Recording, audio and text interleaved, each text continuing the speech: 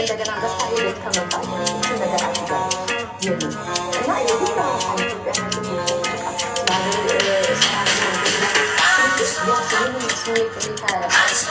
አላገኝ በጣም ደግሞ አስተማሪያ ነው ቴሌቪዥናዊ ግጥም የሰጠው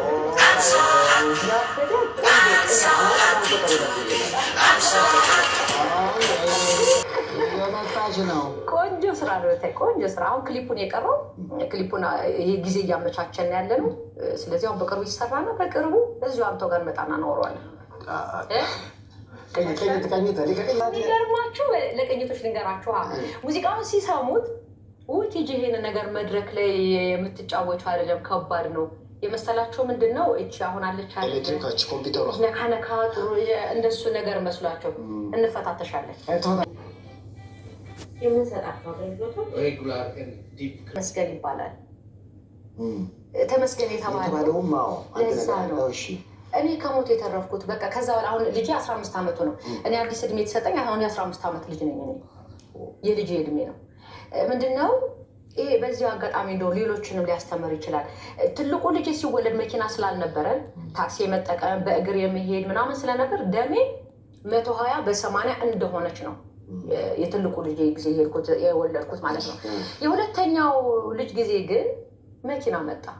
አንተ ስትሄድ በመኪና እዛች ጋር በመኪና ምናምን ደሜ ላይ ከዛ 8ኛው ወር ላይ ገብቼ ዶክተሩ ሲያየው እንትኑን ቀንሷል፣ የሆነ ነገሩ ቀንሷል እና ቲጂ በዚህ በአንድ ሰዓት ውስጥ ይሄን ያህል የልብ ምት ካልመታ በአስቸኳይ ነኝ አለ ማለት ነው። ከዛ ንቀኔና ባለቤት የተያያዝን እና ፊልም ይዞ ይገባ።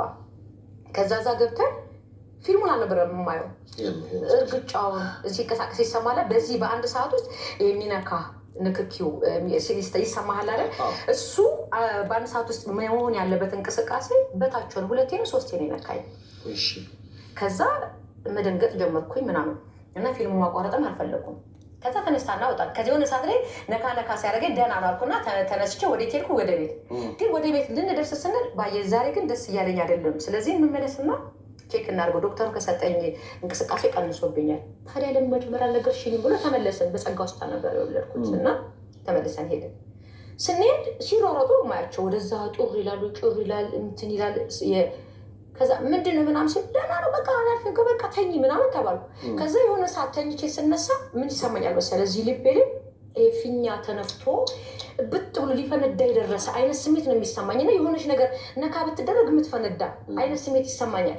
ልቤን እየጨነቀኝ ነው። የሆነ ነገር አውጦብኛል፣ የሆነ ነገር ሊፈነዳ ነው ምናምን ስል ኧረ ዝም ብሎ ነው ምናምን ይሉኛል። ለካ በዚህ ሰዓት ላይ ቤተሰቦች ተጠርተዋል ምናምን ልጁን ቶሎ መወለድ አለበት። እሷን ግን አትተርፍም ተባለ ማለት ነው። ከዛ እሷ አትተርፍም፣ ልጁን ግን እናትርፉ።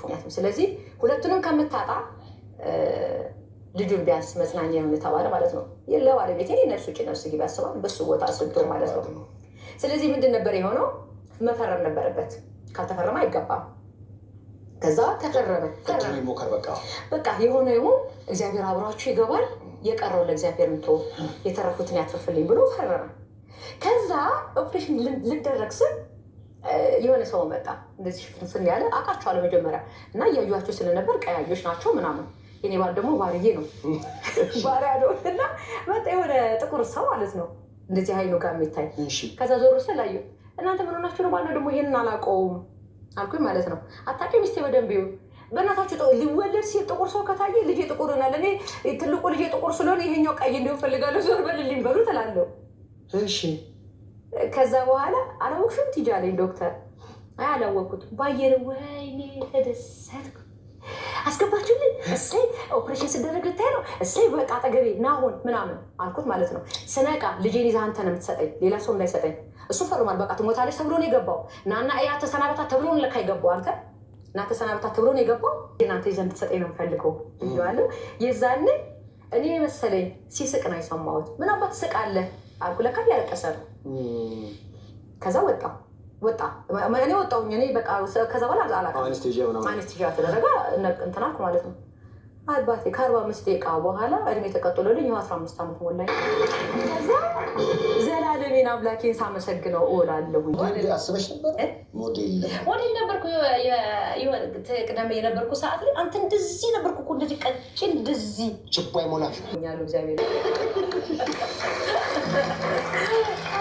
በቃ ለራስሽ በቃ ለፈን በቃ ለደስታ ብለሽ ሸትልህ አይሆን ይሄ አበባ ምናምን አለ አይደል? ወደዚህ ጋር ጠጋ ተደርጎ ለሞዴል ካቶክ ለማድረጊያ ቦታ ተለቆልህ ማለት ነው።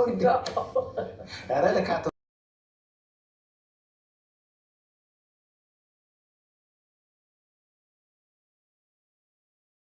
ሸክም ማቃለል ይችላሉ የሚል እሳቤ በሚመምጣቱ ምክንያት ማለት ነው።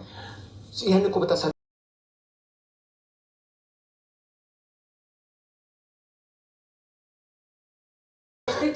ንጉ ራሱ ጋር እኔ ስቴሽን ቤት ተመችቶኛል። ስቴሽን ይሻለኛል። እዚህ ላይ ዘፈን መሆን አለበት።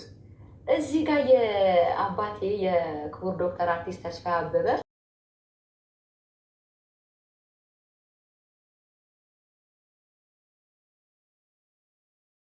ፖሊስ ለነፃነት የሰላም ሰንሰለት የሚል ሙዚቃ ነበር እዚህ ጋር ሲሰራ የነበረው። ስለዚህ ጋሽ አለሙ ነበር ኮንዳክተር የነበረው እንደዚህ እያለ እሱ እንትን ይላቸው ነበር እና ስንለማመድ መጨረሻ ላይ መዘጋት የነበረበት ፖሊስ ብሎ ነው። ስለዚህ አንዳችሁ ተነስታችሁ ፈትለክ ብትል አለቀላችሁ ተብሎ ነበር ፖሊስ እና የነይጌ ደግሞ ቤዝ ድምፅ አይደል ያላቸው ከኋላ ተደርጎ ፖሊስ ብቻ ነበር እነሱ የሚሉት የነበረው ማለት ነው። እና ይሄንን ባለ እየተባለ መጨረሻ ላይ ስልክ እንዲህ ሲል ፖሊስ ሁሉም ብሎ ሲያበቃ አንድ ልጅ ብቻ ፖሊስ አለ። ይጥፋ ፖሊስ። ስለዚህ አሁን አዲስ